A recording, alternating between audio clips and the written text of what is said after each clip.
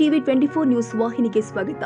ರಾಣಿ ಚೆನ್ನಮ್ಮ ವಿಶ್ವವಿದ್ಯಾಲಯದ 13ನೇ ಘಟಿಕೋತ್ಸವ ಏಪ್ರಿಲ್ 11ರಂದು ವೇಟಿಯು ಸಭಾಂಗಣದಲ್ಲಿ ನಡೆಯಲಿದೆ ಎಂದು ರಾಣಿ ಚೆನ್ನಮ್ಮ ವಿವಿಯ ಕುಲಪತಿ ಪ್ರೊಫೆಸರ್ ಸಿಎಂ ತ್ಯಾಗರಾಜ್ ಹೇಳಿದ್ದಾರೆ. ಬುಧವಾರ ವಾರ್ತಾ ಇಲಾಖೆ ಸಭಾಂಗಣದಲ್ಲಿ ಸುದ್ದಿಗೋಷ್ಠಿಯಲ್ಲಿ ಮಾತನಾಡಿದರು.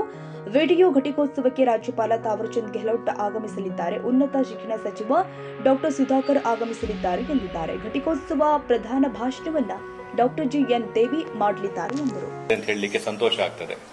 ಈ 13ನೇ ಘಟಿಕೋತ್ಸವವನ್ನು ಈ ತಿಂಗಳ 11ನೇ ತಾರೀಕು ನಾಳೆಲ್ಲ ನಾಡಿದ್ದು ಬೆಳಗ್ಗೆ 11 ಗಂಟೆಗೆ ವಿಟಿಯು ನಮ್ಮ ಎಪಿಜೆ ಅಬ್ದುಲ್ ಕಲಾಂ ಸಭಾಂಗಣದಲ್ಲಿ ನಡೀತಾ ಇದೆ. ಈ ಕಾರ್ಯಕ್ರಮಕ್ಕೆ, ಈ ಘಟಿಕೋತ್ಸವಕ್ಕೆ ಮಾನ್ಯ ನರಗವಿತ ರಾಜ್ಯಪಾಲರಾಗಿರ್ತಕ್ಕಂಥ ಗೌರವಾನ್ವಿತರಾಗಿರ್ತಕ್ಕಂಥ ತಾವರ್ಚಂದ್ ಗೆಹ್ಲೋಟ್ ಸಾಹೇಬರು ಬರ್ತಾ ಇದ್ದಾರೆ.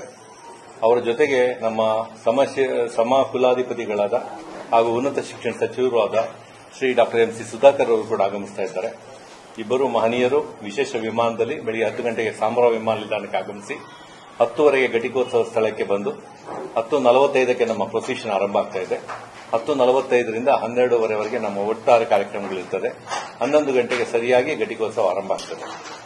ಈ ಘಟಿಕೋತ್ಸವ ನಮಗೆ ವಿಶೇಷವಾಗಿದೆ. ಯಾಕೆ ಅಂತ ಹೇಳಿದ್ರೆ ಈ ಬಾರಿ ನಮ್ಮ ರಾಜ್ಯಪಾಲರು ಬರ್ತಕ್ಕಂಥದ್ದು, ಉನ್ನತ ಶಿಕ್ಷಣ ಸಚಿವರು ಕೂಡ ಆಗಮಿಸತಕ್ಕಂಥದ್ದು ನಮಗೆ ಬಹಳ ಸಂತೋಷ ವಿಷಯ ಆಗಿದೆ.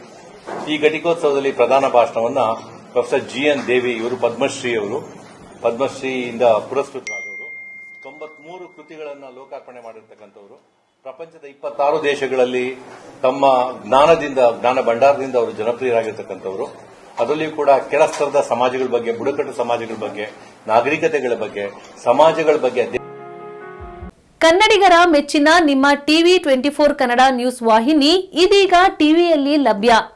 ಕರ್ನಾಟಕ ಮತ್ತು ದೇಶ ವಿದೇಶದ 360 ಡಿಗ್ರಿ ಸುದ್ದಿ ಹಾಗೂ ಉತ್ತರ ಕರ್ನಾಟಕ, ಬೆಳಗಾವಿ, ಬಾಗಲಕೋಟೆ, ಧಾರವಾಡ, ಹಾವೇರಿ, ಗದಗ, ಬಿಜಾಪುರ ಜಿಲ್ಲೆಯ ಕ್ಷಣ ಕ್ಷಣದ ವಿವರವನ್ನ ಪಡೆಯುವುದಕ್ಕೆ ಟಿವಿ 24 ಕನ್ನಡ ನ್ಯೂಸ್ ವಾಹಿನಿಯನ್ನ ಲೈಕ್ ಮಾಡಿ, ವಿಡಿಯೋಗಳನ್ನ ಶೇರ್ ಮಾಡಿ, ಕಮೆಂಟ್ ಮಾಡುವ ಮೂಲಕ ನಮ್ಮ ವಾಹಿನಿಗೆ ಸಹಕಾರ ನೀಡಿ ಮತ್ತು ಚಾನೆಲ್ ಅನ್ನ ಸಬ್ಸ್ಕ್ರೈಬ್ ಮಾಡಿ. Thank you.